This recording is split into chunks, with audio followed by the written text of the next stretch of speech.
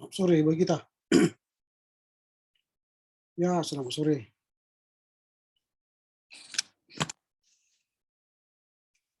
Suaranya belum kedengaran semua ini, masih di mute mic-nya. Selamat sore, Bapak.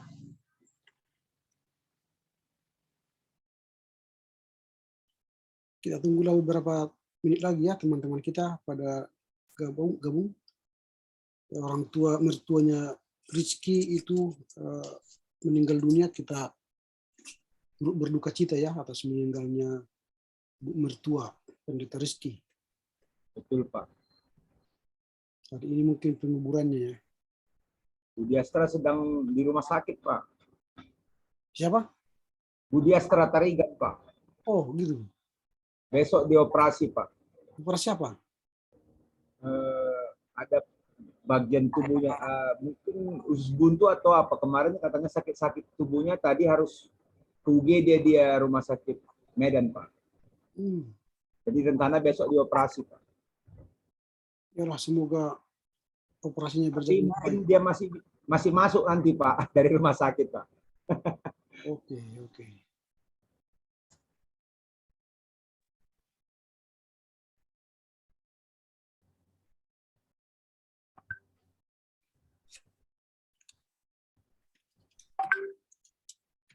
Pak, mau nanya ini, Pak. Laporan baca bagi yang sudah siap bisa di-share langsung, Pak?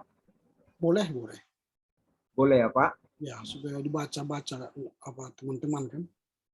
Ya, Pak, ya.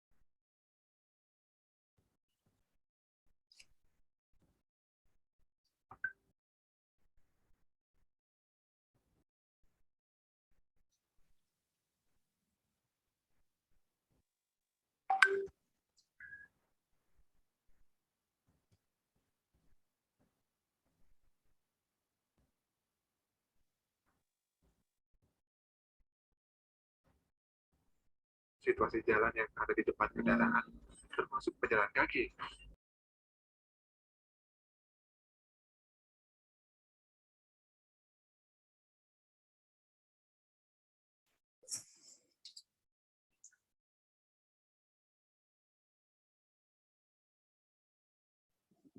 Selamat sore, Pak. Selamat sore, teman-teman.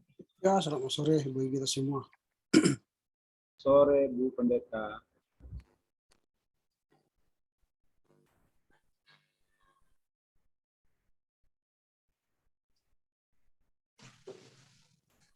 Baiklah, kalau begitu kita mulai saja. Nanti teman-teman kita yang lain menyusul ya. Ya, Pak. Baik, sebelum kita mulai, kita berdoa. Bapa dalam surga, kami bersyukur atas pertemuan sore ini. Kiranya Tuhan berkati perbincangan kami yang akan membicarakan seputar teologi evangelikal, sehingga kami dapat memahami dengan baik nanti apa yang akan kami diskusikan. Kami juga mohon supaya Tuhan menghiburkan keluarga Pendeta Rizky yang beberapa waktu yang lalu ibu mertuanya telah meninggal dunia. Tuhan menguatkan, menghibur mereka. Bahkan ada juga teman kami yang akan besok operasi. Tuhan berkati rencana operasi supaya berjalan dengan baik, sehingga beroleh kesembuhan untuk dapat melanjutkan tugas studinya dengan baik. Untuk hari ini, kiranya Tuhan menolong kami memberi hikmat-Mu, sehingga proses diskusi kami berjalan dengan baik dari awal hingga akhir. Demi Kristus Yesus kami berdoa. Amin. Amin. Ya, Bapak Ibu, hari ini kita akan membahas topik yang tidak kalah menarik dari yang sebelumnya. Kita akan membahas soal teologi evangelikal ya.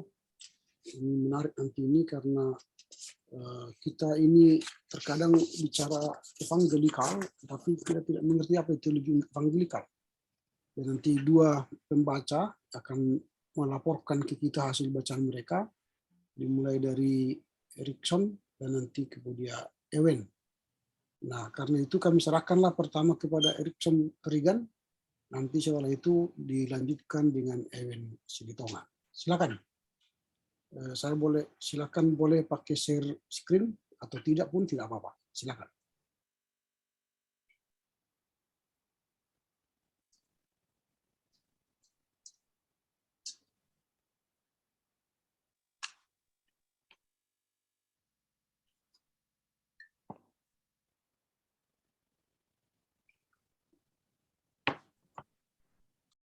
Erikson dek, yang bawa Erikson.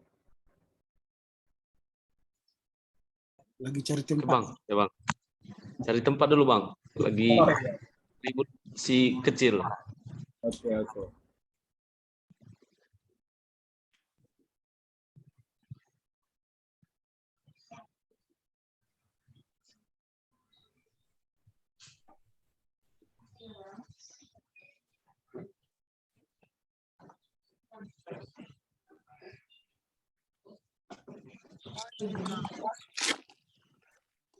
Ya, saya akan bacakan laporan baca buku kelompok yang ketiga yang berjudul Teologi Evangelikal ataupun Injili.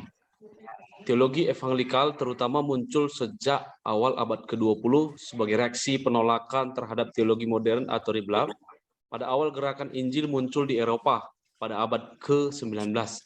Gerakan Injili yang ada di Eropa mendapatkan dorongan baru ketika Billy Graham menyelenggarakan serangkaian kebangunan rohani di berbagai tempat. Gerakan Injili ini meluas ke Amerika Serikat pada abad ke-20, lalu meluas ke seluruh dunia bahkan sampai ke Indonesia. Gerakan Injili lahir dalam sebuah semangat reaksi melawan gerakan fundamentalis yang ditimbulkan oleh ketidaksepakatan dalam kelompok terdahulu, sehingga menyatakan diri berada dalam fundamentalisme. Namun demikian, ada hal mendasar dari fundamentalisme yang tetap dipegang teologi evangelikal, yaitu Five Fundamentals of Faith. Yang pertama, pengilhaman dan kemutlakan Alkitab dalam arti setiap kata dalam Alkitab berasal dari Allah, sehingga tidak bisa salah dan keliru. Kedua, keilahian Kristus dan kelahirannya dari anak darah atau perawan. Ketiga, kematian Kristus sebagai ganti dan penebus manusia. Keempat, kebangkitannya secara jasmani. Dan kelima, kedatangannya kedua kali. Yang berikutnya, identitas evangelikal. Evangelion atau kabar sukacita adalah kata yang tepat menggambarkan identitas kaum evangelikal. Billy Graham sebagai pelontar meteor kaum evangelikal selalu mengulang-ulang pernyataan, inilah kabar baik dalam khotbahnya.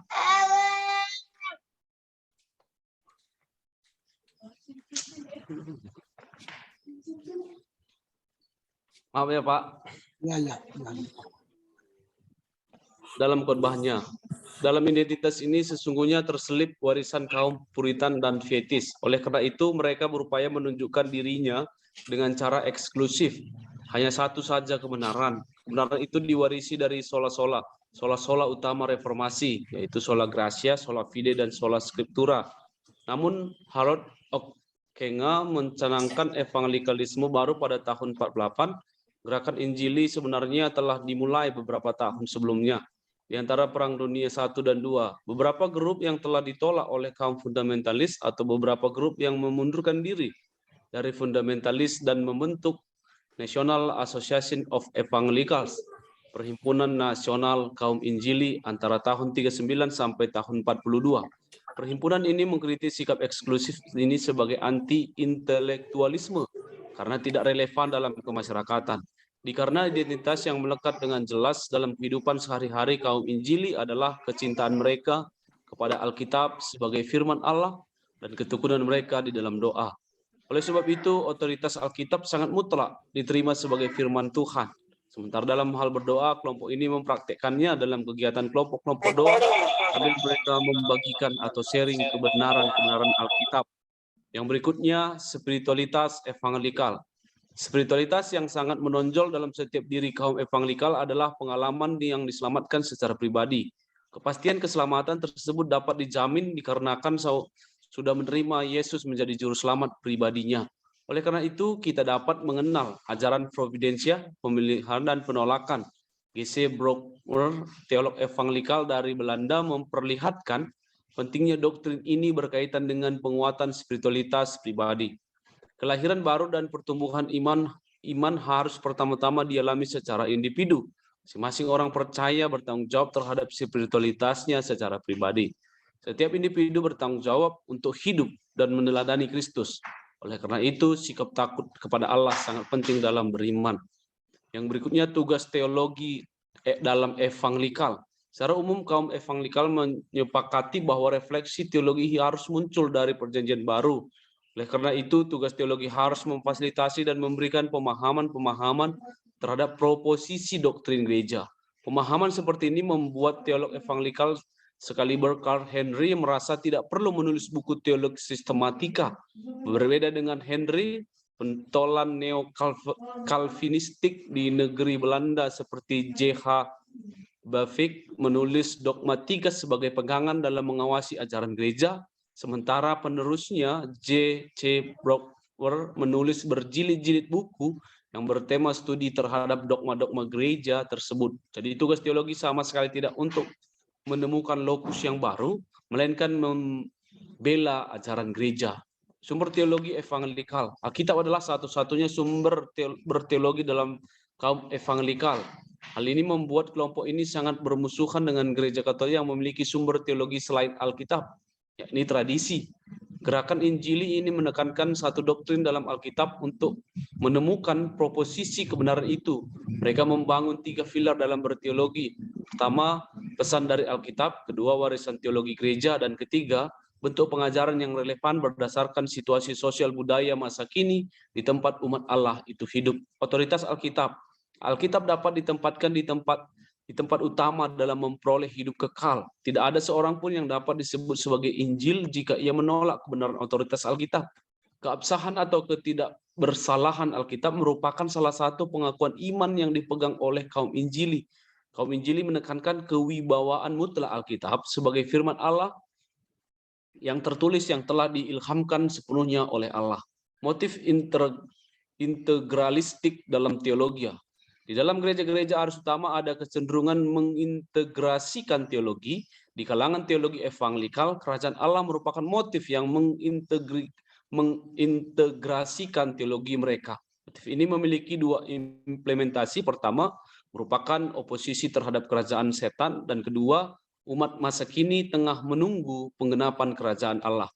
Yang berikutnya, gereja. Pada awalnya gerakan evangelikal tidak terlalu peduli kepada gereja sebagai sebuah institusi, namun cenderung anti-institusi dan keanggotaannya selalu berkaitan dengan fenomena church hopping, sehingga mereka tidak terikat kepada suatu keanggotaan yang permanen. Bagi mereka, visi pemimpin gereja jauh lebih penting daripada aturan-aturan institusional gereja. Neo-evangelikalisme. Teologi evangelikal terus berkembang dan semakin banyak teolog dari kalangan mereka yang menghasilkan karya teologi yang berbobot. Dalam neo-evangelikal itu ada sejumlah varian. Berikut ini hanya akan digambarkan 3 varian, yaitu evangelical life, evangelicals for social action, new younger evangelicals. Di samping ketiga varian ini masih banyak lagi. Misalnya Brethren evangelicals, Votes fundamentalis, non-fundamentalis, evangelikal, dan spiritual evangelikals yang tidak dibahas di sini, dan bagian yang berminat pada menuliskan antara lain Ehlers et Evangelical Theology tahun 2007, dan Van der Koe et al. Dan 2012. Evangelical Life. Menurut Wikipedia, Evangelical Life adalah orang Kristen penganut evangelikalisme di Amerika Serikat yang pada umumnya berfungsi sebagai sayap kiri dan dari gerakan evangelikal. Secara politis maupun teologis percaya inkarnasi, pendamaian, dan kebangkitan, dan juga memandang Alkitab sebagai otoritas utama bagi gereja. Tapi ada juga kaum Injili Evangelical Life mendukung hal yang sering dianggap sayap kiri atau progresif dari kebijakan-kebijakan politis. Misalnya menolak hukum mati serta mendukung pengawasan senjata dan program kesejahteraan. Evangelical Left kadang-kadang disebut juga Left Evangelical, New Evangelical, atau Young Evangelical. Sebenarnya ini sudah ada sejak 60-70-an dan kadang-kadang dilihat sebagai New Left, paham kiri baru yang dekat dengan sosialisme. Evangelical ini kian marak sebagaimana antara lain diamati oleh Charles S. Skinner dalam tulisannya The Evangelical Left in History and Today tahun 2012, sambil mengingatkan bahwa evangelicals have been political, fair, and unpredictable. Lebih lanjut, Skinner menjelaskan banyak pengamat berharap bahwa melalui evangelical left kalangan Injil berpengaruh besar di bidang politik. Skinner melihat bahwa adanya pergeseran di kalangan Injili yang lebih muda, banyak mereka yang beralih dan meninggalkan sayap religious right, antara lain sebagai reaksi terhadap apa yang mereka lihat sebagai kebijakan ekstrim. Melihat perkembangan itu, ada yang menyatakan bahwa di kalangan evangelical left tercampur kelompok demokrat dengan kelompok religious right atau far right atau Falwell yang tetap republik. Tetapi demikian Skinner bila menelusuri sejarah evangelikalisme beraneka ragam dan masa depannya yang tidak bisa dipastikan. Pengamatan itu tidak akurat. Melihat Barack Obama bersama kalangan Demokrat semakin menggencar berupaya menjangkau kalangan Injili tanpa mempersoalkan apakah mereka left atau right. Yang berikutnya Evangelical for Social Action atau ESA.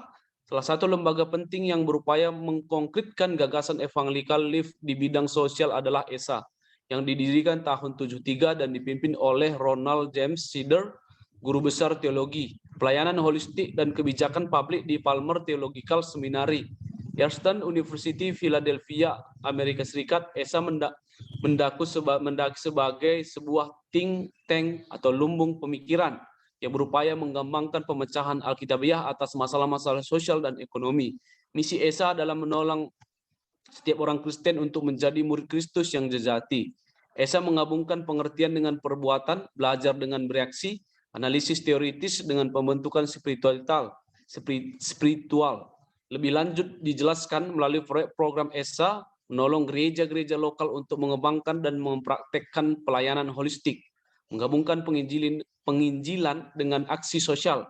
ESA berjuang untuk menerapkan kebijakan publik yang seimbang secara alkitabiah dan secara radikal pada amanat Injil Kristus.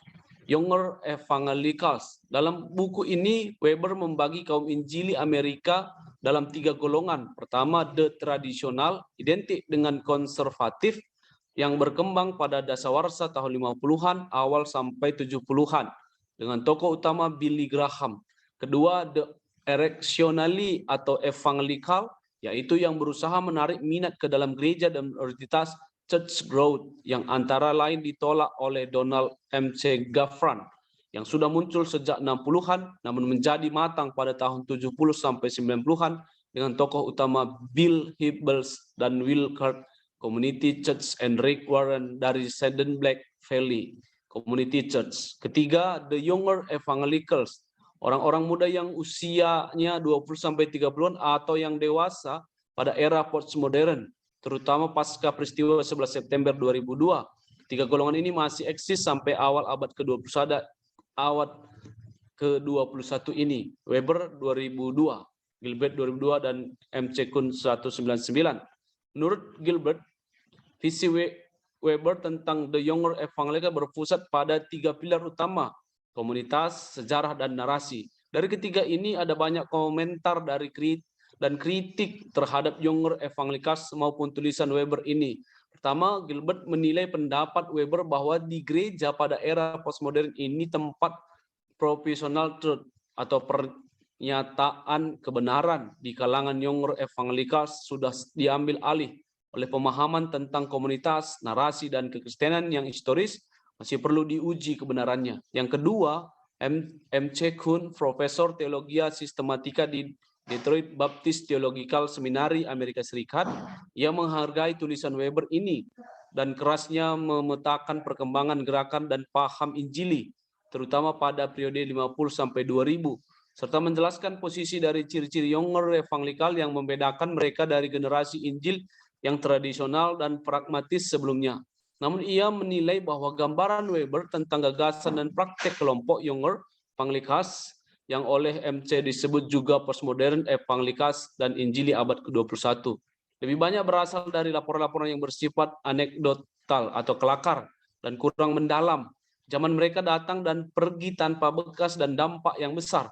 Misalnya orang muda menuntut untuk dipandang dan didengar, dan Younger Evangelikals pada masa ini jauh lebih ramah. Tapi emosionalisme mereka tidak adanya suatu organisasi yang stabil untuk berteologi dan bergereja.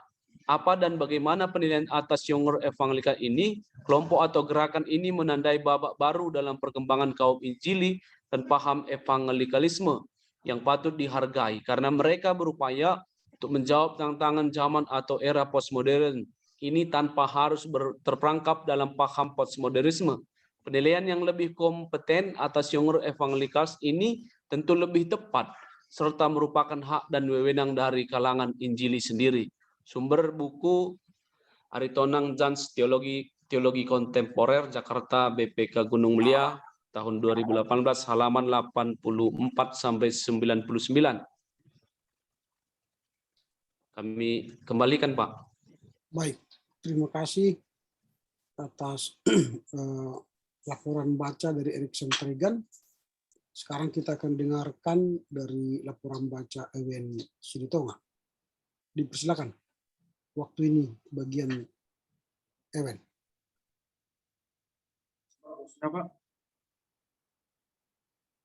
Silakan.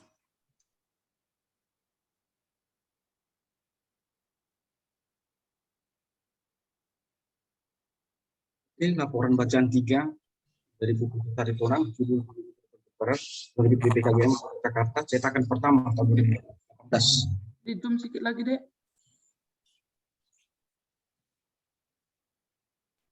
Teologi Evangelikal atau Injili halaman 84. Tidak. Teologi Evangelikal adalah gerakan penolakan kepada teologi modern atau liberal. Ada 5 karakter evangelikal yang dikenal dengan istilah 5 fundamental of faith atau 5 pengakuan iman fundamentalis evangelikal, yaitu pertama, kemutlakan Alkitab secara totalitas tidak mungkin keliru, infallibility and inerrancy of the Bible. Kedua, kelahiran Kristus dan kelahirannya dari perawan. Ketiga, kematian Kristus sebagai ganti penebusan manusia. 4, kebangkitan jasmani Kristus. 5, kedatangan Kristus. Identitas evangelikal. Identitas evangelikal kompetensinya adalah penekanan Injil sebagai kabar baik yang menyebabkan kita dapat mengambil bagian dalam anugerah Allah dalam Yesus. Artinya identitas evangelikal yang paling baku adalah kecintaan dan pengakuan mutlak bahwa Alkitab adalah firman Allah. Dalam hal ini otoritas Alkitab adalah otoritas firman Allah, dan hal itu membuat evangelikal berpegang kuat kepada ineransi dan infallibilitas Alkitab. Jadi di dalam identitas evangelikal ini terselip warisan karakter dari kaum dan aktivisme. Itulah mengapa evangelikal mencitrakan dirinya secara eksklusif bahwa Alkitab adalah kebenaran tunggal, dan hal itu mereka adopsi dari ajaran reformatoris yang teologinya sola, yaitu ide, scriptura, dan gratia. Spiritualitas evangelikal. Spiritualitas evangelikal yang kontras adalah keyakinan kepastian keselamatan terjadi secara pribadi. Maksudnya, Yesus menjamin keselamatan itu terjadi secara pribadi bagi percaya, sehingga penguatan spiritual pribadi sangat ditekankan. Maka dari itu keselamatan bukan hasil usaha manusia, termasuk bukan persoalan filsafat, tetapi oleh karena anugerah Allah. Tugas teologi menurut evangelikal. Menurut evangelikal, refleksi teologi itu harus muncul dari perjanjian baru atau PP. Karena itu tugas teologi menurut evangelikal adalah memfasilitasi pengetahuan iman berdasarkan Injil. Sehingga teologi bukan sekedar sebagai pegangan dalam mengawasi ajaran gereja, tetapi bersifat subjektif, yaitu teologi bukan untuk menemukan lokus baru mengenai ajaran, tetapi membela ajaran gereja. Itulah mengapa tokoh-tokoh elit evangelikal tradisional tidak perlu menulis buku ajaran gereja sebagai teologi sistematik, tapi fokus mereka adalah menulis buku-buku refleksi teologis makna wibawa firman Allah di dalam Alkitab. Sumber-sumber teologi evangelikal. Bagi kaum evangelikal, Alkitab adalah satu-satunya sumber teologi. Ada 3 proposisi yang dibangun evangelikal sebagai pilar teologinya, yaitu yang pertama, pesan Alkitab. 2, warisan teologi Alkitab. 3, bentuk pengajaran yang relevan dengan situasi sosial budaya masa kini. Yang berikutnya, otoritas Alkitab. Kaum evangelikal sangat memegang teguh bahwa proses kanonisasi atau pembentukan Alkitab adalah peristiwa iluminasi Roh Kudus. Sehingga setiap kata-kata dalam Alkitab adalah kata-kata Roh Kudus. Dan inilah esensi Alkitab sebagai firman Allah. Motif integralistik dalam teologi. Teologi evangelikal terintegralistik dalam ajaran kerajaan Allah. Dan teologi yang terintegrasi dengan kerajaan Allah memiliki dua implementasi, yaitu A. Kerajaan Allah adalah oposisi dari kerajaan setan. B. Seluruh dunia sedang menanti penggenapan kerajaan Allah. Mengenai gereja, pada awal mulanya muncul gerakan evangelikal, mereka kurang peduli dengan gereja dalam arti institusi. Sebab fokus utama mereka adalah premilenialisme, dispensasionalisme. Maksudnya, konsentrasi utama evangelikal awal mulanya adalah kedatangan Kristus kedua kalinya atau parusia, yang didahului kerajaan 1000 tahun, yang anti institusi, sehingga keberadaan dan keanggotaan gereja evangelikal bersifat church hopping.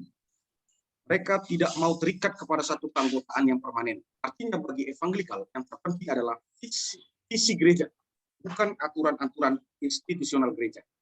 Neo-evangelikal. Teologi evangelikal terus berkembang. Bagaimana dari kalangan evangelikal itu sendiri menghasilkan pemikiran teologi yang berbasis dari intelektual, dan paradigma intelektual evangelikal inilah yang disebut sebagai neo-evangelikal. Kaum neo-evangelikal ini sering disebut sebagai kaum sayap kiri evangelikal, atau evangelicalist, atau new evangelikal, atau young evangelikal. Sedangkan kaum evangelikal murni disebut sebagai religious rights, atau kaum fundamentalis. Secara substansi, neo-evangelikal masih memegang ajaran Injil, akan tetapi neo-evangelikal terbuka kepada hal-hal politis. Neo-evangelikal terbuka terhadap kritik Alkitab, atau biblical criticism, yang dari teologi modern. Salah satu lembaga yang penting dari evangelikal kiri sebagai gudang pemikiran teologinya adalah lembaga sosial yang bernama Evangelical for Social Action atau ESA, yang didirikan tahun 1973 oleh Ronald James Sider.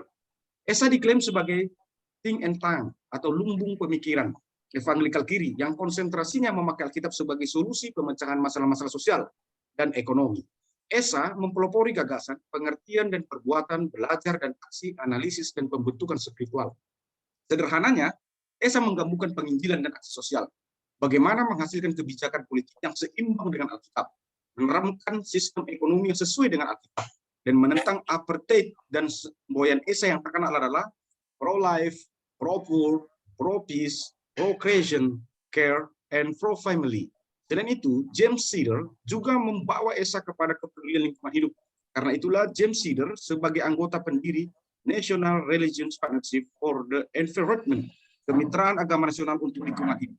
Akan tetapi dalam perkembangannya, evangelikal kiri ini juga mengalami perdebatan pemikiran teologi.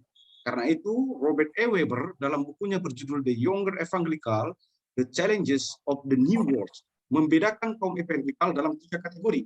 Yang pertama, the traditional evangelical atau evangelikal tradisional. Yang kedua, the attractional evangelical, pragmatic evangelical atau evangelical pragmatis. Dan yang ketiga, the younger evangelical atau evangelical kaum muda. Weber menerangkan bahwa younger evangelical itu sendiri pun terbagi 2 lagi, yakni the younger evangelical thinkers yang konsentrasinya kepada komunikasi, teologi, apologetik, dan eklesiologi, serta the younger evangelical practitioners yang konsentrasinya kepada pelayanan praktis seperti para pendeta, pelayan kaum muda, dan artis. Weber menerangkan jika evangelikal tradisional fokus utamanya doktrin fundamental Alkitab, maka evangelikal kiri kepada aksi sosial, dan evangelikal younger kepada misi.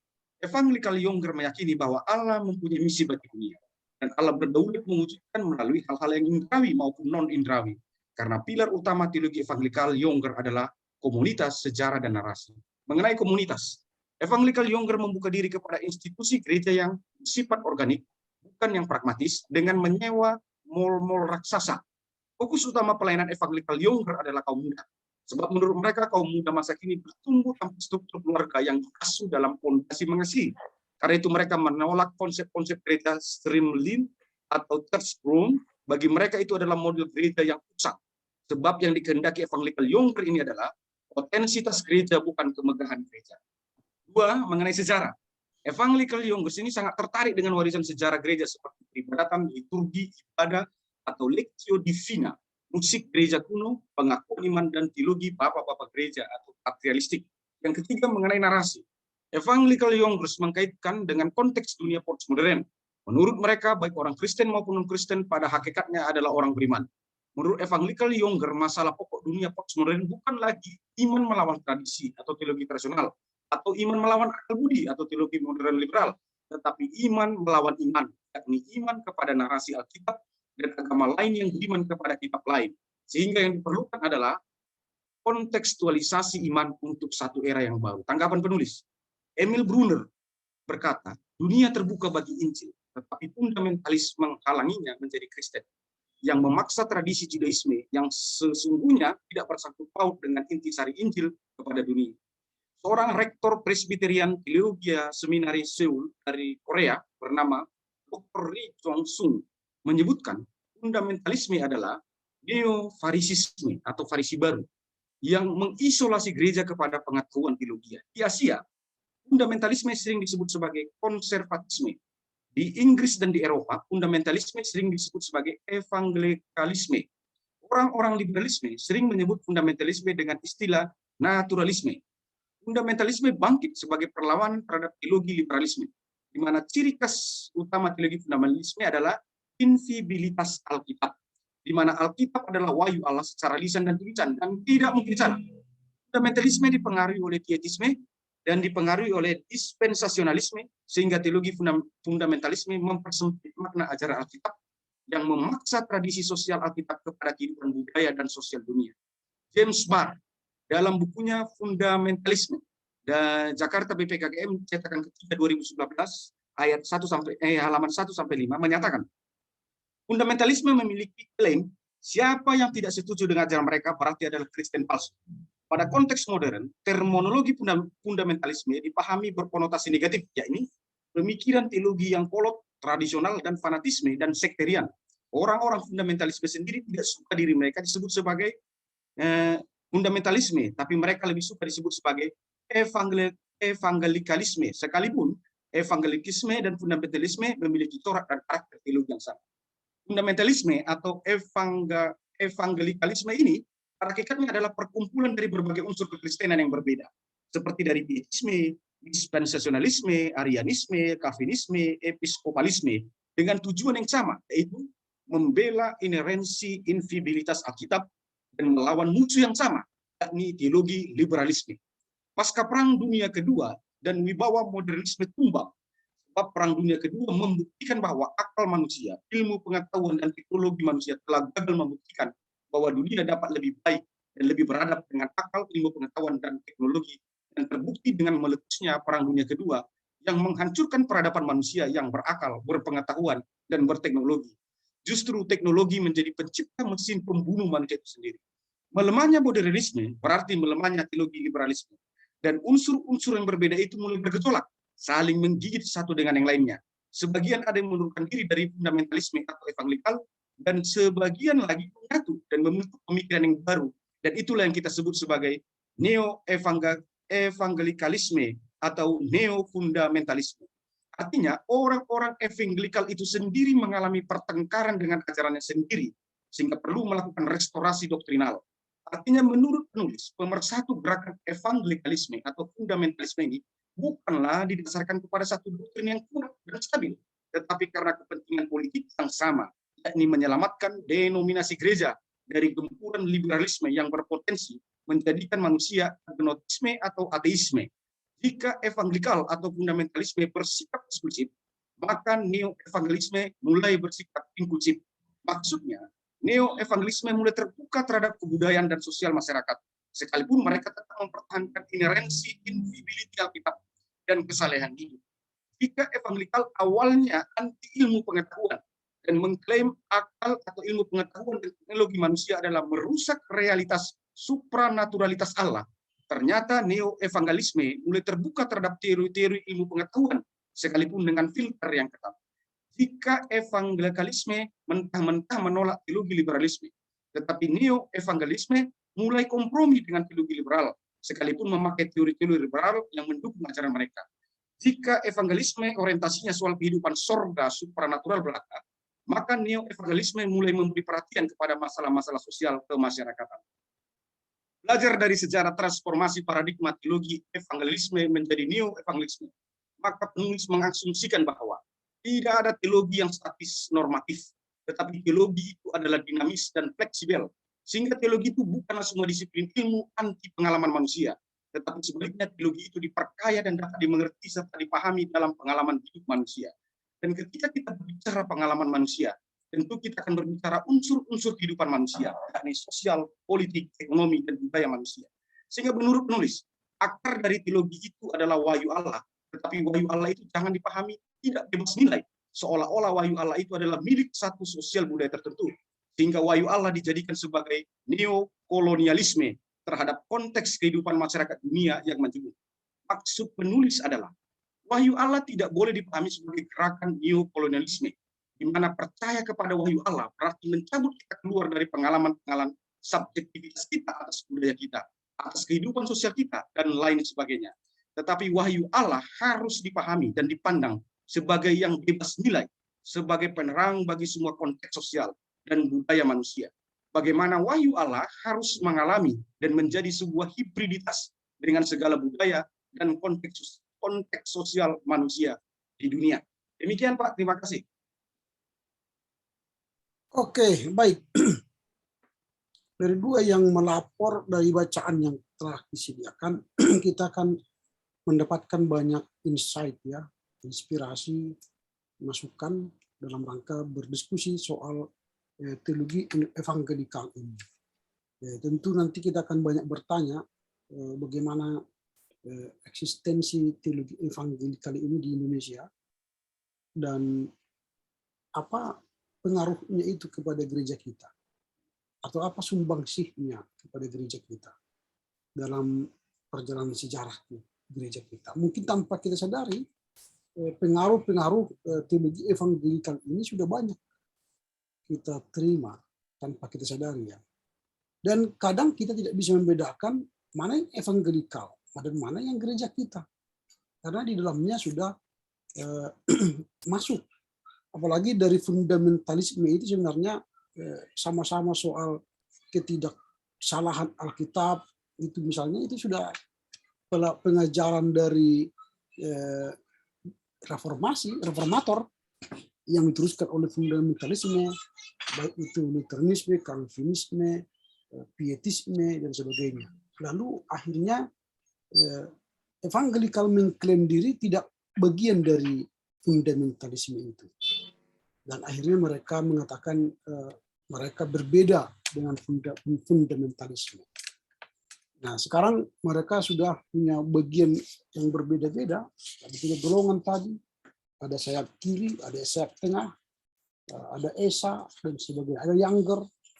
Itu yang membuat evangelisme ini semakin menyebar. Gitu ya. Oke, sekarang kita boleh berdiskusi, berdialog soal pemahaman evangelikal ini, teologi evangelikal ini. Mungkin sudah ada masukan diskusi. Silakan, siapa yang memulai diskusi kita? Ada yang mulai? Dulu Pak. Oke, silakan.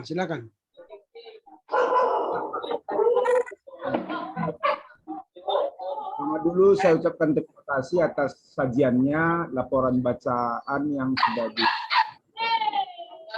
mana kita berbicara di sini tentang teologi evangelikal.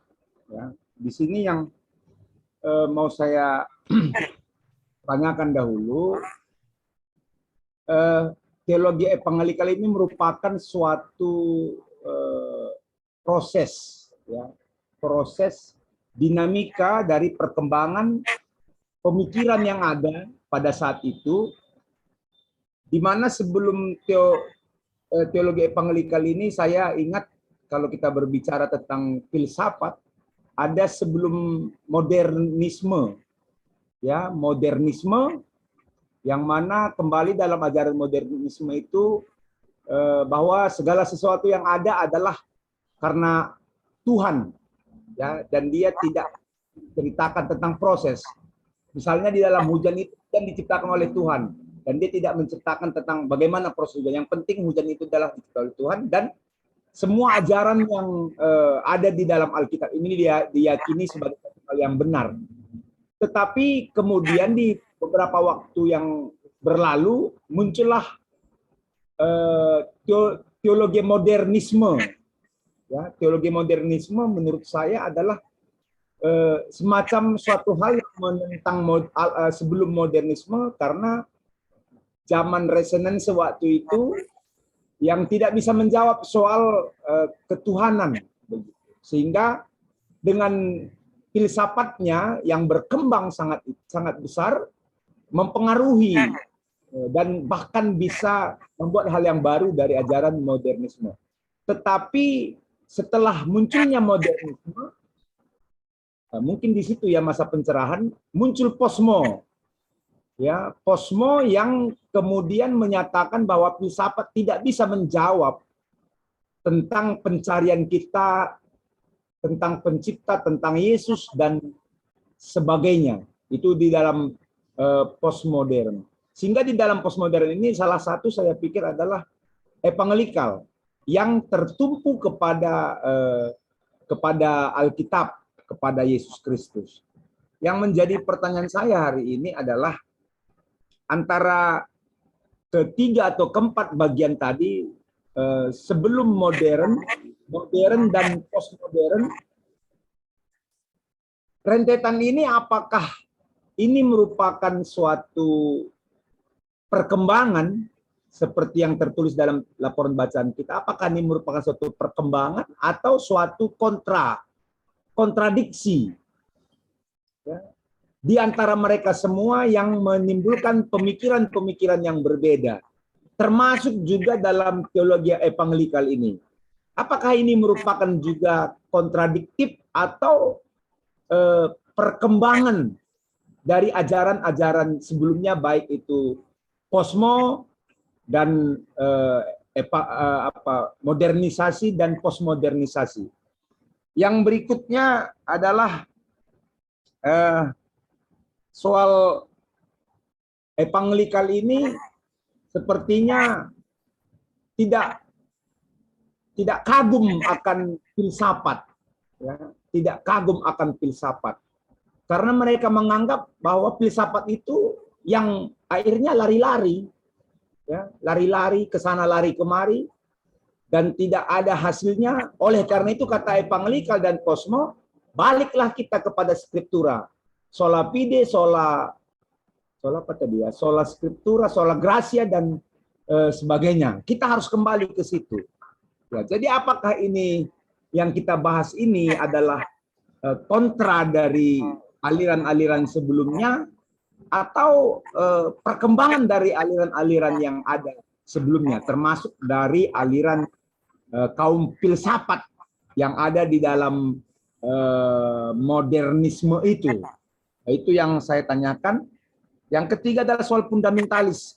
Disebut tadi karena kata fundamentalis. Yang menjadi pertanyaan saya adalah apakah gerakan fundamentalis ini juga begitu kental melahirkan suatu pemahaman Injili ini, sehingga tidak hanya kita berbicara tentang skriptura atau tentang Yesus, tapi tentang sosial yang ada di dalam masyarakat. Jadi itu yang bisa saya berikan atau pertanyaan buat tim atau penyaji. Terima kasih Pak. Terima kasih Bang Ewen sama Erikson. Oke, baik. Silakan kalau ada yang memberi respon ya. Erikson dan Ewen atas tiga kegundahan tadi. Oke, aku dulu ya Bang. Nanti Abang nambahin nanti atau mengurangi lagi. Ya, yang pertama dari pertanyaan abang kita Bang Zanwar, antara ketiga atau keempat bagian tadi, rentetan ini merupakan suatu perkembangan atau kontradiksi. Memang kalau kita bisa lihat sejarah lahirnya ataupun evangelikal ini, bahwa gerakan ini awalnya ini bersifat politisi, yakni melawan yaitu teolog liberalisme. Tapi walaupun di dalam perlawanan ini ada juga perbedaan terjadinya antara orang yang melawan liberalisme tadi, teolog liberalisme, sehingga menimbulkan juga yaitu neo-evangelikal yang baru lagi. Makanya di sini dikatakan bahwa teologi ini muncul bukan hanya sekedar pergumulan, kan tadi ada yang menuliskan tentang doktrin atau ajaran saja, ada yang tidak, ya bukan diperbaharui, tapi bagaimana kita menjaga gereja. Seperti itu yang pertama. Yang kedua, memang evangelikal ini tidak kagum akan filsafat. Ya, bisa kita lihat bahwa evangelikal ini bisa kita lihat tadi dalam laporan baca kami juga ketika kami membaca juga bahwa dia ada terus perkembangan di dalam setiap zaman, bahwa di dalam filsafat juga bisa dikatakan evangelikal tidak kagum akan filsafat. Kami tidak bisa mengatakan bahwa bukan tidak kagum, tetapi bagaimana tokoh-tokoh evangelikal ataupun orang yang bergelut di dalam evangelikal ini juga melihat, ya bukan dari Alkitab itu, tapi membuatkan gambaran lagi. Kita juga harus melakukan ya perbuatan baik dan sebagainya di situ. Yang kedua, fundamentalis. Gerakan ini juga begitu kontras atau melahirkan pemahaman ini. Dalam pemahaman saya ketika membaca evangelikal atau kaum Injili ini, bahwa memang itu melawan yang seperti awal saya katakan tadi, fundamentalis itu, teologi liberal itu dilawan supaya jangan terus berkembang dan bisa ini diperbaharui lagi. Lalu di dalam pembaharuan pun yang melawan itu juga ada kontrasnya juga. Lalu dia juga berpisah lagi, neo-evangelikal lagi. Itulah yang bisa saya tambahi nanti, yang bisa saya jawab nanti Bang Ewen yang lebih memperdalam ini. Mic-nya Bang. Terima kasih atas kesempatannya. Kalau saya boleh pinjam istilah Mario Teguh untuk menganalogikan pertanyaan Bang Januari ini, saya mau katakan super sekali kan begitu. Kalau saya bisa pinjam istilah Mario Teguh, motivator kelas nasional ya. Awen. Masuk penjara Bang. Masuk penjara. Nah, yang begini kalau dalam pemahaman saya seperti yang diterangkan oleh Bang Erikson tadi, bahwa evangelikal ini kan bukan satu kelompok yang disatukan oleh satu pergumulan doktrinal, tapi disatukan oleh satu kepentingan politik. Karena itu evangelikal ini kan terdiri dari banyak golongan, dari banyak denominasi seperti pietisme, dispensionalisme, arianisme, episkopal dan segala macam. Mereka dipersatukan karena punya satu tujuan. Tujuannya adalah kalahkan liberalisme atau modernisme. Karena selama liberalisme dan modernisme hidup, maka orang akan rame-rame meninggalkan gereja. Orang akan rame-rame menjadi agnotisme atau ateisme. Karena orang nggak akan lagi percaya soal Alkitab karena historis kritis dan penemu-penemu yang lain. Jadi tujuan mereka yang pertama itu dalam analisa saya ya. Saya setuju dengan yang dikatakan oleh Bang Erikson itu. Ya memang tujuannya politis, mereka disatukan oleh politis. Nah pasca Perang Dunia Kedua, ketika liberalisme ini hancur, dan orang sudah tidak percaya lagi ilmu pengetahuan dan teknologi yang saudara maksud tadi itu masa posmo, karena orang posmo kan udah nggak lagi mentah-mentah secara rasional, mereka udah memasukkan lagi pesan-pesan supranatural, melakukan hibrid antara pikiran, akal dan kealahan. Nah akhirnya mereka pecah sendiri. Jadi yang tetap setia disebutlah sebagai konservatisme. Dan yang mulai membuka diri kepada intelektual disebutlah sebagai neo-evangelikalisme. Nah persoalannya begini, pada dasarnya ajaran evangelisme ini adalah fundamentalisme. Namanya pun fundamen, sesuatu yang kolot, sesuatu yang nggak bisa bergerak dan pokoknya itu aja. Namanya pun yang fundamen. Dia tidak bisa berfleksibilitas dalam konteks. Mereka fundamentalisme ini kan ciri khasnya adalah memaksakan konteks Alkitab itu dalam konteks budaya kita. Jadi kalau bisa saya coba analogikan, kira-kira begini. Kalau Yesus lahir di kandang domba, maka harusnya kita semua nggak lahir di rumah sakit, kandang domba aja. Mereka terlalu memaksakan itu. Misalnya kalau Yesus dibaptis itu di sungai-sungai, maka baptisan yang benar ya harus di sungai-sungai. Nggak boleh pakai mangkok-mangkok. Minum mati ya buat kolam lah di gereja, biar dicampakkan di sana, kan begitu. Mereka terlalu mengagungkan Alkitab, bahkan sampai kata-kata dan tradisi dari Alkitab dianggap itu sebagai iluminasi atau wahyu Allah. Jadi mereka tidak menemukan pesan yang sebagai wahyu Allah, sampai tradisi di dalam Alkitab itu pun mereka sebut sebagai iluminasi atau wahyu Allah. Hanya saja fundamentalisme ini kan sudah terkonotasi negatif oleh dunia sebagai sesuatu yang kolot, sebagai sesuatu yang sektarian, sesuatu yang intoleran. Akhirnya orang ini sendiri nggak suka mereka disebut sebagai fundamentalisme. Mereka lebih suka disebut sebagai evangelikalisme. Jadi itu menurut saya. Jadi persoalan filsafat dengan evangelikalisme ini justru mereka adalah sebuah tindakan ofensif melawan itu. Kalau evangelikalisme murni, tapi setelah pasca perang dunia, akhirnya mereka terbuka dengan filsafat. Itu pun filsafat yang dimaksud, mereka juga mempunyai filter yang ketat dalam mensintesakan antara ajaran filsafat dan apa untuk yang sesuai dengan ajaran mereka. Itu. Jadi seperti yang dikatakan oleh Dr. Ri Jong Sung, seorang rektor dari Presbyterian Theologia Seminaris Seoul atau di Korea, dia berkata bahwa fundamentalisme ini adalah neo-farisisme atau farisi baru. Dan seperti yang dikatakan Emil Brunner, dia berkata, sebenarnya dunia ini terbuka bagi Injil. Tetapi fundamentalisme menghalangi kita menjadi Kristen. Karena fundamentalisme atau evangelikalisme ini memaksakan tradisi Judaisme itu atau tradisi Alkitab itu ke dalam kebudayaan kita yang sebenarnya kalau kita cari intisari Injil itu nggak ada sangkut pautnya dengan kita. Harusnya yang dihibridkan dengan kita intisari Injil, bukan kebudayaan yang ada di dalam Injil.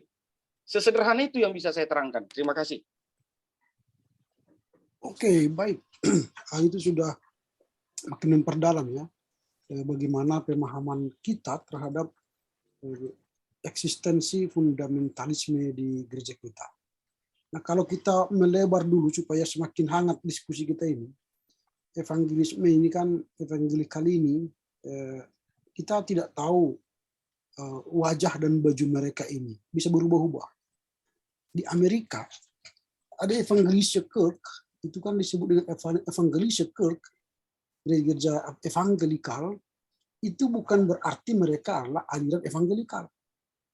Nah, sama seperti di Indonesia, ada gereja Injili misalnya, gereja Masehi Injili di Timur.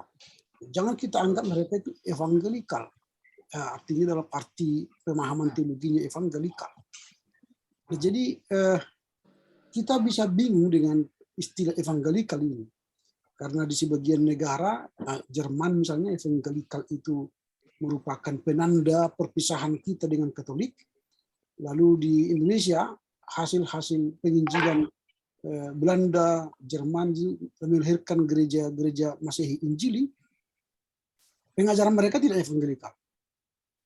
Nah, yang kalau kita lihat di Indonesia, kehadiran mereka seperti I3 Batu saat Malang, lalu ada Overseas Mission Fellowship, OMF, itu adalah bagian dari gerakan dari evangelikal. Dan kalau ditanya sekarang bagaimana pengaruhnya itu ke kita, ada banyak. Baik secara gereja, pengajaran, kalau mereka sebenarnya dikatakan tadi fundamental mengikuti ajaran-ajaran Bapak Reformasi, sola fide, sola scriptura, sola apa lagi? Sola gratia.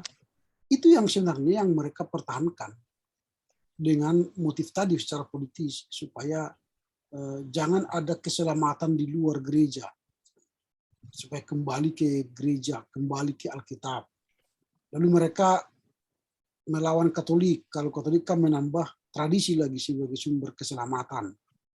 Nah, kalau evangelikal ini nggak boleh. Sola Christus itu kan di luar Kristus tidak ada keselamatan. Dikaitkan dengan posmo, ya sekarang tidak bisa lagi. Kristus itu keselamatan betul, tapi Kristusnya orang Kristen, Yesus, Kristusnya orang Islam, Muhammad, Kristusnya orang Siddhartha Gautama. Jadi Kristus itu artinya juru selamat, tetapi bukan Yesus satu-satunya juru selamat. Itu posmo. Tapi bagi evangelikal nggak boleh. Ya Yesus hanya sola Kristi, tidak boleh. Nah ini kan perdebatan yang apa. Akhirnya memang tadi Ewan sudah mengatakan aliran evangelikal ini rentan pecah. Karena aliran ini kadang-kadang dia melawan liberalisme atau sekularisme, tapi di sisi lain teologi mereka mengadopsi liberalisme dan sekularisme. Itu tadi proses tadi. Mereka juga berproses, tidak statis. Nah ini kan akhirnya evangelikal ini kan banyak berubah-ubah. Nama-nama mereka ini banyak sekali. Ini kan kita pelajari ada 3 kan, sayap kiri, evangelisme left, sayap tengah, lalu ada lagi younger. Nanti berubah-ubah lagi nih, sesuai dengan tantangan zaman. Mereka bisa berubah-ubah. Nah, ini yang bisa membingungkan kita aliran ini. Baju mereka banyak, baju mereka, wajahnya juga banyak. Dan kita pun ada memakai nama mereka. Nah, jadi kita tidak bisa, itu gereja evangelikal. Setiap evangelikal kita katakan aliran evangelikal, nggak bisa. Itu kan, makanya harus kita hati-hati melihat teologi evangelikal ini. Jadi harus kita lihat teologinya, bukan namanya. Gitu ya. Artinya Pak, kalau setiap orang yang memakai nama evangelikal belum tentu fundamental itu Pak ya. Betul. Fundamennya belum Pak ya. Betul. Nah, itu ya harus hati-hati kita. Harus hati-hati. Di Indonesia mereka itu dulu gerakan gereja Injili ya, gereja Injili. Lalu sekarang mereka menjadi PGLII, Persekutuan Gereja-Gereja dan Lembaga Injili Indonesia. Nah, PGLII. Nah, jadi mereka berubah-ubah. Dan karena memang gerakan mereka seperti saya katakan tadi mengalami yang dinamika yang cukup pesat ya, bisa mereka berubah gitu. Itu yang harus kita lihat ajaran mereka. Tapi jangan kita identikan setiap menggunakan nama evangelikal atau Injili itu memiliki teologi evangelikal, tidak seperti itu. Maka saya katakan tidak, kita harus hati-hati. Mengapakan ada mereka tidak pakai evangelikal, misalnya Overseas Mission Fellowship. Siapa yang mengatakan itu tidak evangelikal dengan nama itu? Overseas itu sudah banyak gereja-gereja menerima pelayanan mereka kan? Overseas. Setiap gereja-gereja Batak itu pasti terima Overseas, OMF. OMF sampai sekarang. Kita sudah bekerja sama lama dengan mereka. I3 sekarang bekerja sama dengan banyak gereja. Pentolan-pentolan mereka itu. I3. Itu Injili. Kalau sekolah dulu dari kami ke sana, tidak boleh merokok, tidak boleh pakai handphone. Itu karena pietisme mereka kan. Tapi setelah pendeta di gereja kita, merokok 3 bungkus 1 hari. Kena kali Pak kami merokok ini. Waktu studi boleh tidak merokok, dipaksa tidak merokok, tidak boleh pakai handphone, tidak boleh menonton. Pokoknya pakaiannya semua diatur. Tapi setelah pendeta lepas kayak kuda lepas kandang kan. Merokoknya 3 bungkus 1 hari, lebih beringas dengan orang-orang yang tidak yang tidak studi di sana dulu. Nah itu. Ini contoh-contoh fakta di lapangan dari orang yang evangelikal ini. Injili gitu ya. Ya ada mungkin yang lebih menambah lagi. Ini pemantik tadi supaya membuka wawasan kita tadi soal evangelikal ini. Pak, bertanya Pak. Ya silakan. Tadi Bapak menjelaskan bahwa mereka sering berubah-ubah, artinya melihat situasi. Ya, sebagai kita gereja dari luar memandangnya Pak, kan nggak bisa juga kita terkadang pindah-pindah juga, berubah-ubah juga. Sebagai gereja Luther atau Protestan kita, itu salah satu pantangan kita kan gitu Pak, termasuk yang orang kokoh dalam pendirian. Sebagai kita sebagai misalnya warga gereja lah bisa dikatakan dari mana kita tahu bahwa itu betul-betul murni evangelikal atau mungkin dia tidak murni evangelikal, Pak? Dari ajarannya, tentu kita lihat ajaran mereka. Ajaran, tentu kan kita akan melihat teologi mereka, gereja itu misalnya alirannya, teologianya bagaimana. Itu pasti kita tahu nanti gereja itu alirannya apa. Dari situ, karena dari nama tidak bisa. Nama gerejanya atau nama organisasinya tidak bisa kita tahu dia itu aliran apa. Tetapi ketika kita melihat ajarannya, doktrinnya ya, pengajaran gerejanya, sikap mereka terhadap dunia sekitar, baru kita tahu bahwa mereka itu Injili atau tidak, evangelikal atau tidak. Begitu. Tapi sedikit Pak. Siapa? Oh ya. Silakan. Begini Pak, STT pernah menekan MOU dengan gerakan Evangelism Exploration atau EE dalam penginjilan. Ini konsentrasinya soal apa ini? Sorga Pak, sorga. Kalau Anda mati hari ini, apakah Anda masuk sorga? Begitu. Jadi memang, saya melihat penekanannya memang lebih ke arah pietisme dan dispensasionisme soal sorga gitu, soal sorga. Tapi saya nggak paham sendiri. Mungkin kawan-kawan yang pernah ikut EE, karena saya kalau nggak tahu udah ada generasi kelima ya yang diwisudakan untuk tim EE ini. Apa itu terindikasi atau terpapar ajaran apa ini Pak ya? Fundamentalis ini ya. Saya lebih suka fundamentalis saja dibilang Pak, biar jangan dikabulkan kita tentang evangelisme ini. Ya, memang kita semua gereja-gereja hasil penginjilan Eropa, kita ini fundamentalis. Bahkan pietis. Lihat aja ajaran gereja kita. Yang paling mudah dilihat, lihatlah nyanyian gereja kita. 95% itu nyanyian kita itu surga. Tidak bumi. Semua nyanyian kita ke surga. Tidak melihat bumi. Fundamental kita. Pietis. Baik RMJ, baik NZG juga itu fundamental Pak ya? Ya, fundamental pietis itu. Semua RMG, NZV, EJ apalagi. Semua itu pietis dan fundamentalis. Dan kita warisan mereka. Kalau ada dulu main keroncong atau main gitar di gereja, ditolak itu. Nggak masuk surga, masuk neraka kau nanti katanya.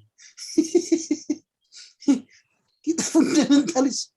Apa kita? Jadi hati-hati kita. Memang kita ini bagian dari fundamentalisme dan pietisme. Coba lihat buku Pastor Simon itu fundamental juga Pak ya? Pastor Simon fundamental juga itu Pak. Kalau dia sudah beda. Dia mempunyai keselamatan di luar Yesus.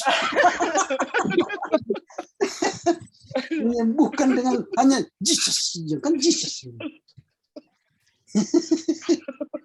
Dengan hanya hembusan suara dia. Wah, itu bisa sembuh.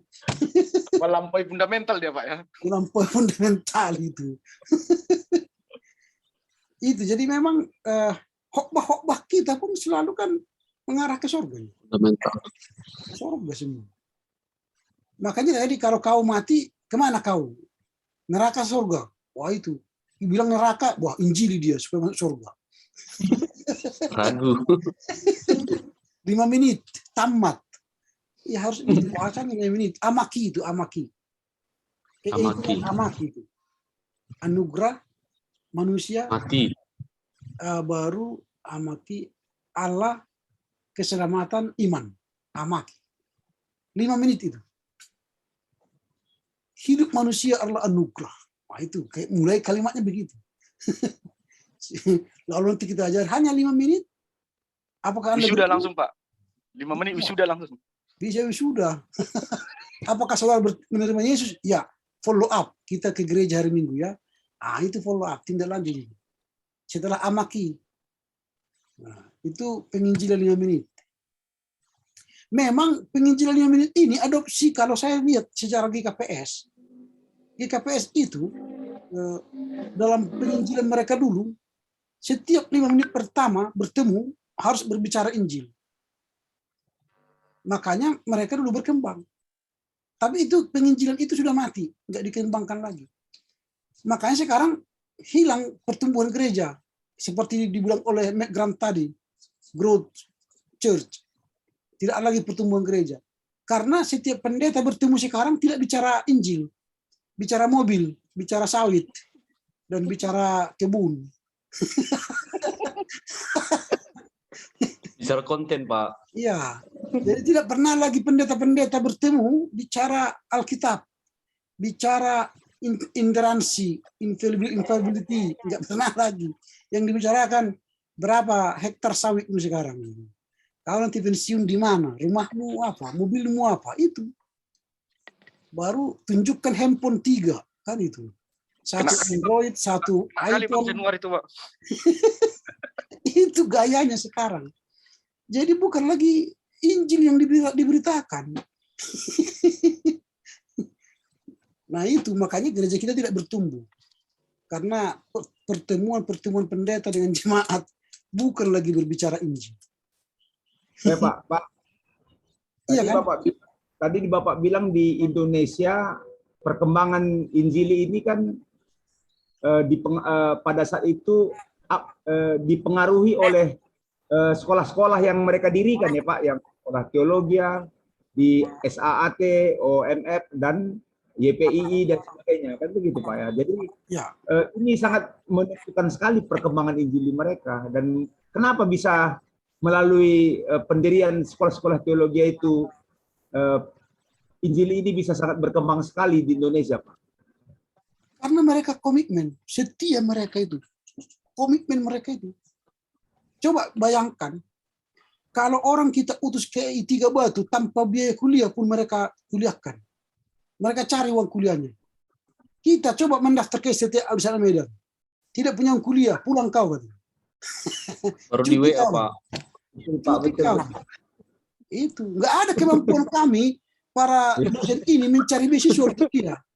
Supaya dia hidup. Nggak ada. Kami dari Klasis, Pak. Itu. Kalau mereka di I3 itu datang tidak punya uang, cari donatur supaya dia sekolah, supaya dia tamat. Kita tidak punya uang mahasiswa itu, ambil surat cuti katanya. Gak ada kemampuan kami mencari rupiah untuk dia. Itu. Makanya mereka eksis. Kita ya eksisnya ya begitu-begitu, nggak ada perkembangannya. Ada enggak gereja misalnya, dia lihat anak-anak STT itu tidak punya kuliah, gereja itu bertanggung jawab, disekolahkan. Nggak ada. Karena itu tanggung jawab orang tuanya katanya. Nah itu bedanya, makanya mereka eksis terus. Gitu.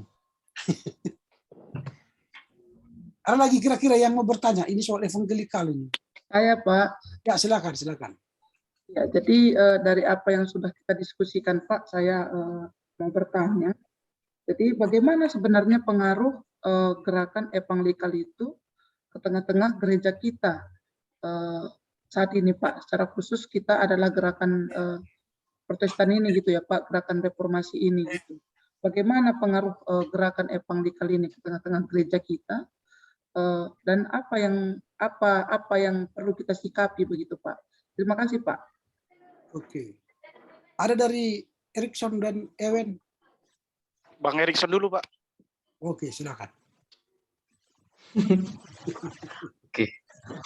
Ya, memang kalau kita baca dalam buku ini juga teologi evangelikal, begitu juga dari berbagai sumber sampai ke Indonesia, bahwa sebenarnya kalau saya melihat ada pengaruh evangelikal terhadap gereja-gereja kita. Misalnya saja tadi kalau kita GBKP misalnya beberapa tahun lalu 2016-2017 seperti yang dibilang Bang Ewen tadi, gencar sekali EE. Kalau dalam bahasa Karo udah di bahasa Karo kan eta berita gitu. Sama gitu tadi eta berita. bahwa itu pun saya lihat bahwa itu ada mempengaruhi ke gereja kita, karena memang seperti yang kita bicarakan, kita lebih sering membicarakan tentang ke kerajaan surga ini memang. Tapi akhir-akhir ini ya itu juga tidak lagi dibicarakan ketika bertemu, pas yang dibilang Bapak dosen tadi, ya berbicara tentang apa yang kita miliki saat sekarang ini. Nah, jadi ya baik juga kalau dari sisi positifnya, sebenarnya evangelikal ini dalam hal ya penginjilan, saya rasa itu bisa juga ditiru untuk memberitakan kabar Injil itu, kabar sukacita itu, dalam artian kalau mengatakan ya kalau bisa ya walaupun dia Muslim ya di kabar sukacita aja, tapi dia suruh bisa ke masjid atau terus di sana untuk bergereja, jangan ya suruh. Tapi kalau ketika dia mau mengikut Kristus ya itu follow up seperti yang dibilang Bapak tadi juga. Makanya dan apa yang perlu kita sikapi ya kita juga perlu mensikapi ya jangan melulu nanti kita berbicara tentang sorga, tapi ya jemaat kita juga dalam tanda kutip ada banyak perutnya keroncongan. Kita terus berbicara tentang surga. Ya kita sebagai pendeta ataupun sebagai pelayan harus menyikapi itu supaya dia bisa makan dan sebagainya. Itu yang bisa saya tambahkan sedikit Pak, ditambahi Amang Ewen. Kalau saya bisa menambahinya, apakah pengaruh evangelikal dalam gereja kita sekarang? Saya melihatnya adalah pengaruhnya satu dalam pemahaman kita tentang Injil itu sendiri, dan kedua pengaruhnya adalah terhadap cara kita menginjili itu sendiri. Tadi kan sudah kita bahas bahwa evangelikal atau fundamental ini mereka nggak peduli soal lokus teologi, mereka nggak peduli soal rumusan teologi, karena itu tokoh-tokoh elit evangelikal ini tidak pernah menuliskan satu risalah atau tulisan sistematik sebagai lokus teologi. Tujuan mereka hanya satu, menjadi sebuah apologetika Kristen. Tujuan mereka hanya satu, mengkristenkan orang. Entah dia mengerti atau tidak mengerti. Yang kedua, mengkontrakan konteks atau budaya yang ada di sana. Kalau istilah Muslim saya pinjam, mengkafir-kafirkan budaya orang. Ya, seperti kayak kita, salah satu produknya dari fundamental ini adalah ulos itu kafir, alat-alat musik itu kafir, tarian-tarian apa itu kafir. Itu pengaruhnya menurut saya. Nah, dalam persoalan gereja kontemporer, saya mau tarik ke gereja HKI sendiri ya. Saya nggak berani mewakili gereja kawan-kawan. Menurut saya juga kritik ini dalam konven pendeta bahwa misi atau jendeling yang dilakukan HKI di Pontianak atau di sana, saya katakan itu hanya sekedar menambah warga jemaat saja, meluaskan wilayah politik atau teritorial gereja saja, tapi tidak menyentuh pemahaman jemaat itu apa menjadi Kristen. Dan dalam tanda kutip, itu justru hanya untuk menambah pundi-pundi gereja saja. Karena setiap kali jemaat berdiri, maka kan ada setoran. Apalagi ini sekarang sudah sentralisasi. Uang itu semua ada di pusat. Nggak ada lagi di resort. Jadi menurut saya ini juga pengaruh. Ini pengaruh dari ini. Evangelism Exploitation. Atau mungkin saya salah nanti. Saya nggak mau sinonimkan Evangelism Exploitation atau ini dengan fundamental. Karena saya belum punya data yang kuat tentang itu. Tapi saya mau katakan itu pengaruh fundamental itu. Cara kita bermisi. Cara kita berjendeling lebih kepada arah kuantiti daripada ke arah kualitas. Menurut saya itu pengaruhnya. Dan cara kita berkhotbah seperti yang sudah disinggung Bapak dosen kita juga, kita seperti meninabobokkan jemaat dengan apa ya, dengan ajaran-ajaran sorga. Jadi kita nggak menghadirkan sorga ya, dan kita nggak mengajarkan jemaat itu atau kita untuk menjadi sorga bagi orang lain, tapi kita mengajak mereka yuk bermimpi rame-rame sorga. Begitu. Padahal kalau kita belajar teologi, punya lokus, harusnya kita jadi sorga di dunia ini. Bukan beramai-ramai bermimpi, bernostalgia, bahwa kita akan masuk sorga. Menurut saya ke sana pengaruhnya. Terima kasih. Kalau kurang lebihnya ditambah kawan-kawan yang lebih berkompeten. Terima kasih. Ya, baik. Jadi memang ada banyak hal, harus kita akui, ada banyak hal pengaruh evangelikal kepada kita. Dan itu sudah kita serap bulat-bulat itu. Ibadah misalnya, tata ibadah kita. Kita sekarang beribadah, udah dipengaruhi oleh ibadah-ibadah mereka kok. Kita sudah punya song leader, kita sudah punya musik apa ya, entertain ya. Ibadah kita sekarang sudah beralih ke entertain sekarang. Nah itu jadi pengkhotbah kita pun sudah mulai beralih ke pengkhotbah yang kita sekarang sudah mulai beralih istilah pengkhotbah dengan pembicara. Itu istilah-istilah yang teknis, tapi kita tanpa sadar kita telah menggeser makna pemahaman kita terhadap pengkhotbah dan pembicara. Kalau pengkhotbah itu selalu eksegese, firman yang keluar ke dalam konteks, itu pengkhotbah. Makanya dia agak tajam, agak menyakitkan. Tapi kalau pembicara dia eksegese, itu jual koyok, jual tempel koyok, ngarang ngidul.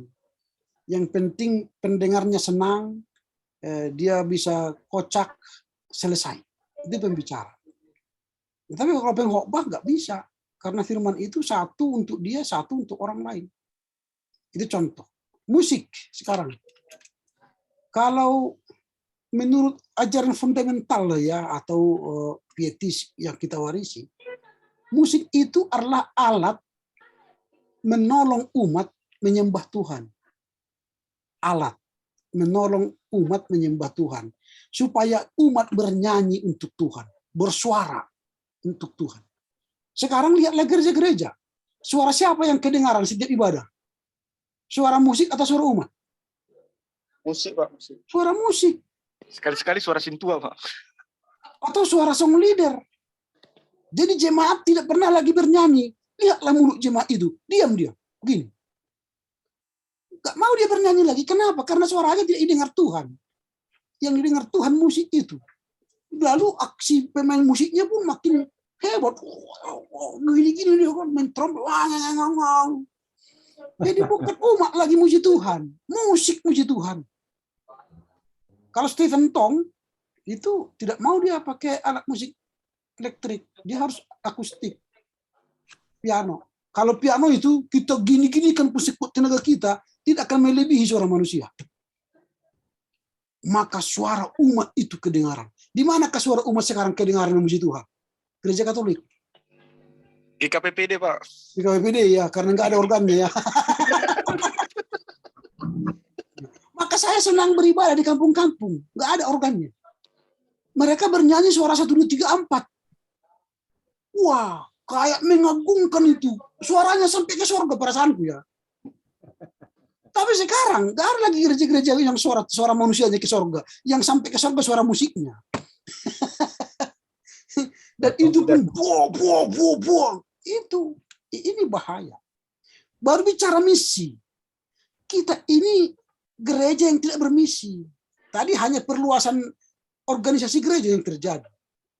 Kita tidak pernah peduli dengan suku terabaikan dan suku terjangkau. Apa itu suku terabaikan dan suku terjangkau? Suku terjangkau begini.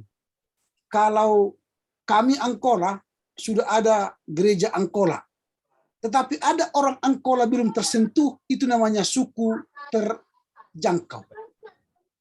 Suku itu sudah punya gereja, sudah punya pengasuh, maka dia suku terjangkau. Tapi suku terabaikan, di suku itu belum ada gerejanya.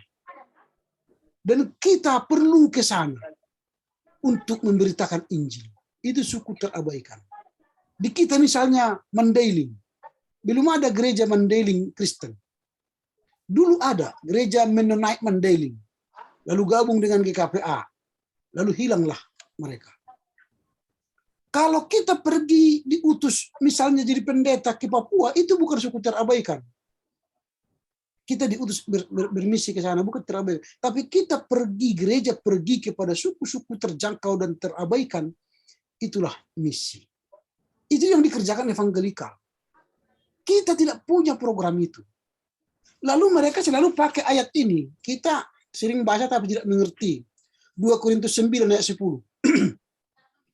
Kalimatnya begini. Ia yang menyediakan benih, Tuhan ya, menyediakan benih bagi penabur. Siapakah penabur itu? Kita gereja. Jadi Tuhan sudah sediakan benih bagi kita untuk ditabur. Jadi kalau kita menabur benih, berarti kita memanen.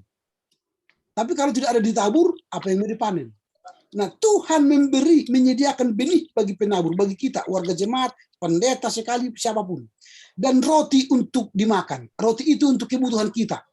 SK, gaji, semua kebutuhan kita Tuhan beri, itu roti.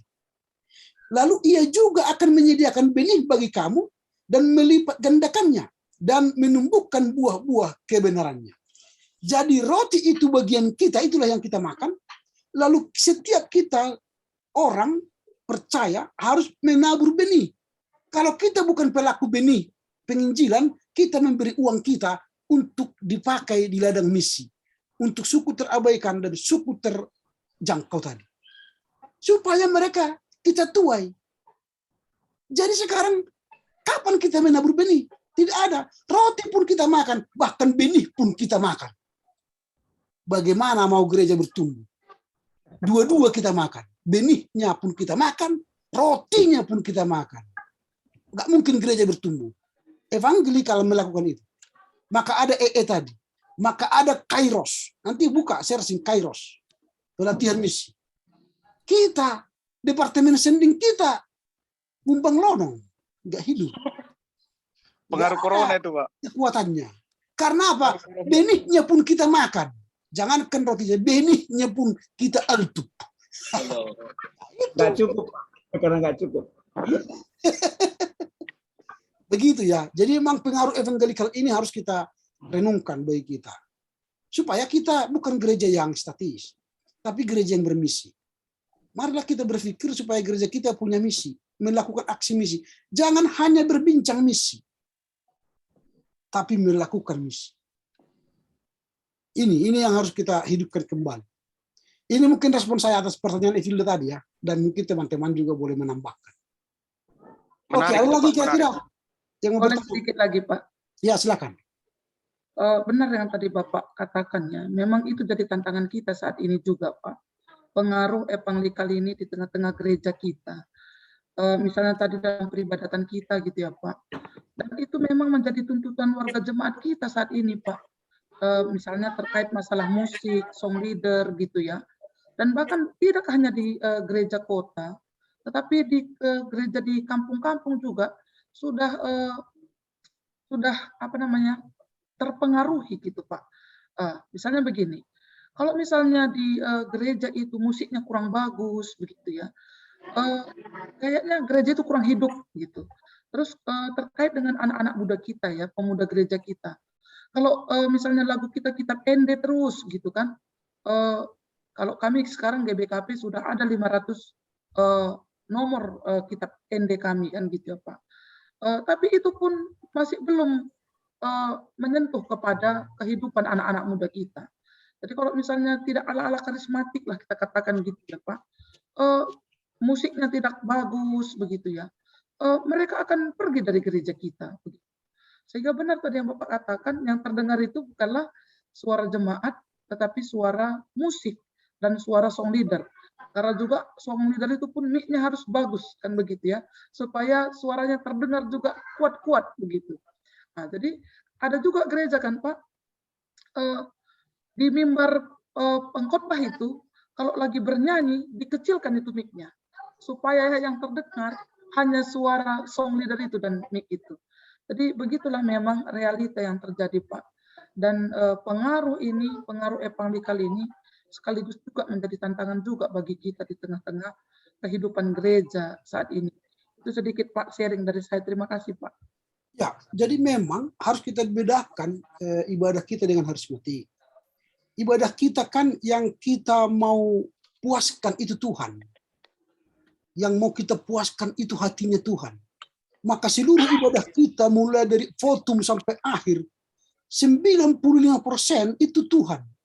Untuk memuaskan Tuhan itu mulai dari votum. Tidak ada sedikit pun memuaskan hati manusia. Tidak ada. Evangelikal 90% itu memuaskan hati manusia. Perasaan manusia. Maka ada yang menangis, ada yang mengulang-ulang lagu, bisa satu lagu 1 jam. Diulang-ulang. Macam-macam dengan gaya apa? Bilang ulang. Kita kalau satu lagu diulang-ulang, bosan kita.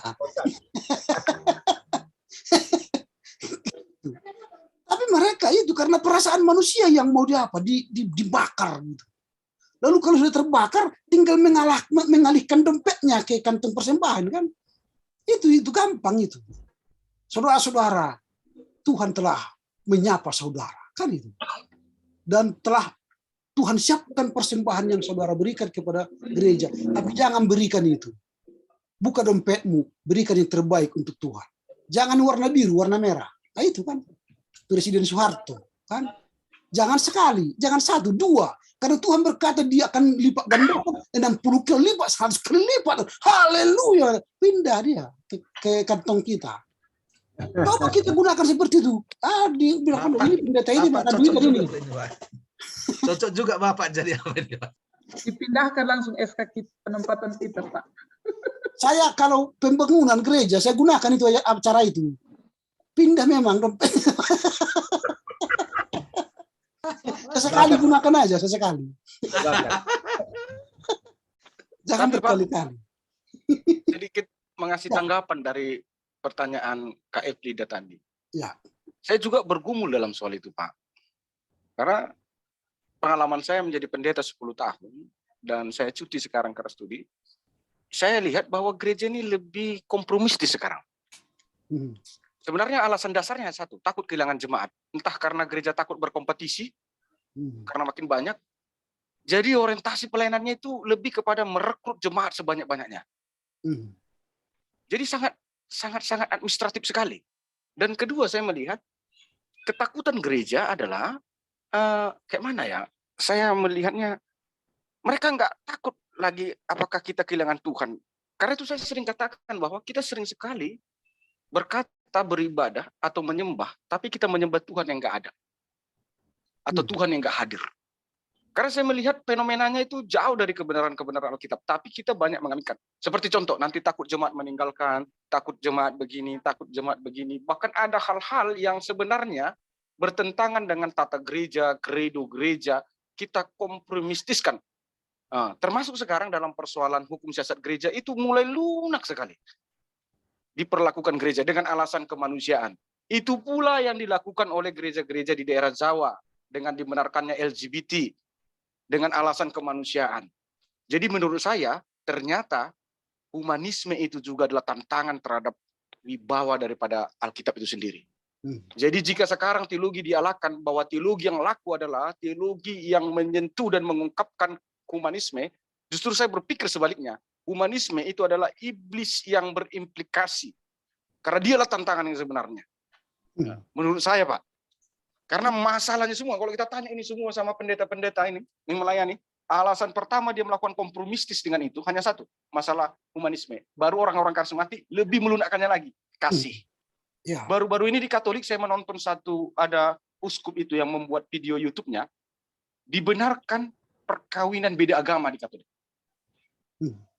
Dengan alasan kasih. Tapi memang mereka katakan tidak direkomendasikan. Tapi jika sudah terpaksa, Katolik akan melayani itu. Dengan alasan kasih. Nah, begitu Pak menurutku. Jadi saya ingin berpikir lebih radikal lagi, dan kita lebih tegas lagi, karena 8 poda tohonan dalam pendeta dalam agenda itu adalah, salah satunya, ikon peako mudo ruji-ruji. Kau harus meletakkan hak hukum apa, aturan itu.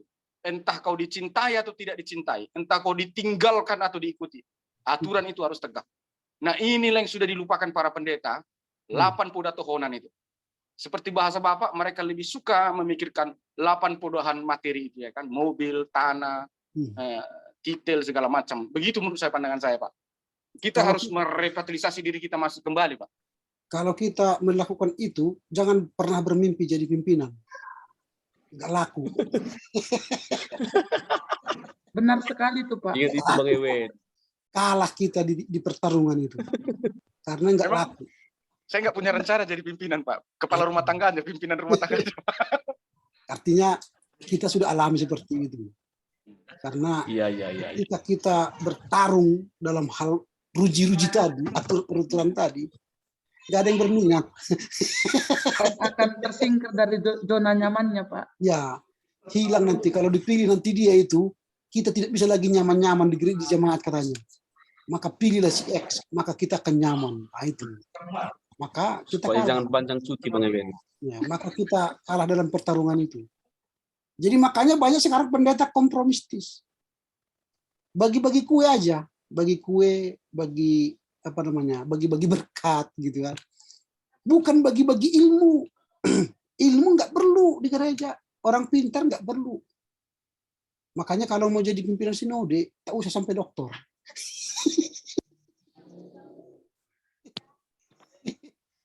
Karena apalagi punya ketegasan, nggak laku.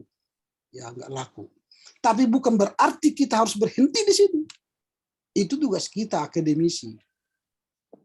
Menyampaikan, orang tak suka nggak peduli. Toh tidak pernah ditanya nanti sampai di surga, pernah kau jadi pimpinan gereja? Enggak. Enggak. Jadi jangan hanya memenuhi daftar riwayat hidup kita melayani di gereja ini. Pernah jadi ini, pernah jadi jangan. Tetapi ketika kita punya prinsip, lakukanlah. Jangan hanya sekedar memenuhi daftar riwayat hidup. Pernah menjalani semua. Tak usah pun jalani semua riwayat hidup itu, tapi kita punya prinsip melayani Tuhan, itu jauh lebih baik. Nah itu. Tapi orang-orang yang idealis seperti itu, ya harus sabarlah. Mudah-mudahan semua yang hadir di sini orang-orang yang idealis kan. Idealis, Pak. Bang Januar itu Pak, opungnya yang idealis itu. Oke lah, karena jam sudah 8.16, jam 6.11, masih banyak lagi kawan-kawan kita lanjutkan ya. Minggu depan kita sudah masuk pada pembahasan apa ini? Coba kita lihat dulu jadwal minggu depan. Kita masuk teologi Pentakostal Harismatik. Wah, ini makin seru lagi. Makin seru ini. Wah, mudah-mudahan lah minggu depan kita bisa hadir. Kita tadi saya katakan ada teman kita yang berduka, Pendeta Rizky karena orang mertuanya meninggal. Lalu teman kita besok ada yang operasi. Siapa besok yang operasi? Budi Astra, Pak. Budi Astra, supaya kita doakan supaya operasinya berhasil, berjalan dengan baik, mengangkat penyakit dalam tubuhnya, sehingga proses studi bisa dilanjutkan. Memang hati-hati kita yang studi ini ya, tingkat beban moral kita tinggi, tekanan-tekanan tinggi, hati-hati. Betul, Pak. Hati-hati dalam studi. Harus siap mental. Kalau tidak siap mental, bisa kalah kita. Kesehatan maksudnya dihantam. Jaga pikiran, jaga hati, jaga rasa. Jaga wen. Mata pencarian juga dijaga bahkan. Kalau itu pasti. Oke ya Budi Astra, selamat operasi besok. Semoga Tuhan menyertai proses operasi. Diberikan dokter bedah yang baik dan para suster perawat ya. Oke, baiklah kita akan tutup dengan doa. Siapa yang berdoa? Tapi doakan nanti Budi Astra ya. Ayo pengaji. Bang apalah, Bang Herde. Bang Ewen aja Bang, bisa ribut anak-anak Bang. Enggak. Ya, ayo Bang. Karena kata Bapak, GKBPD ya, di luar kami ini, Bang. Didengar Tuhan. Karena nggak ada organ. Ayo lah Wen. Bang Herde. Ewen. Ayo kita berdoa. Terima kasih Bapak di sorga buat sore hari ini. Kami boleh Tuhan izinkan untuk berbagi pengetahuan melalui hamba-Mu Bapak dosen kami, Bapak Harhab. Kami tahu Engkau sumber segala pengetahuan. Biarlah apa yang kami diskusikan ini bukan sekedar wacana, tapi menjadi benih-benih daripada firman-Mu. Biarlah Engkau memakai akal budi kami menjadi jalan agar kami beriman kepadamu. Agar pengalaman-pengalaman hidup kami sehari-hari dicerahkan oleh dari pengetahuan akal yang Kau berikan kepada kami. Kami percaya di dalam keterbatasan kami memahami kebesaran, Engkau tetap akan menopang kami dengan cara-cara-Mu ajaib yang tidak bisa kami mengerti. Oleh karena itulah yang membuatkan kami untuk melakukan apa yang harus kami lakukan sesuai dengan sumpah tohonan kami yang telah kami ikrarkan di hadapan-Mu dan tengah-tengah kerja. Terima kasih Tuhan. Demi dan di dalam nama Yesus kami berdoa. Amin. Amin. Oke, bujur ya. Jujua. Ya, sanate. Terima kasih Bang Erikson atas sajiannya. Terima kasih Oke. Saya tutup ya.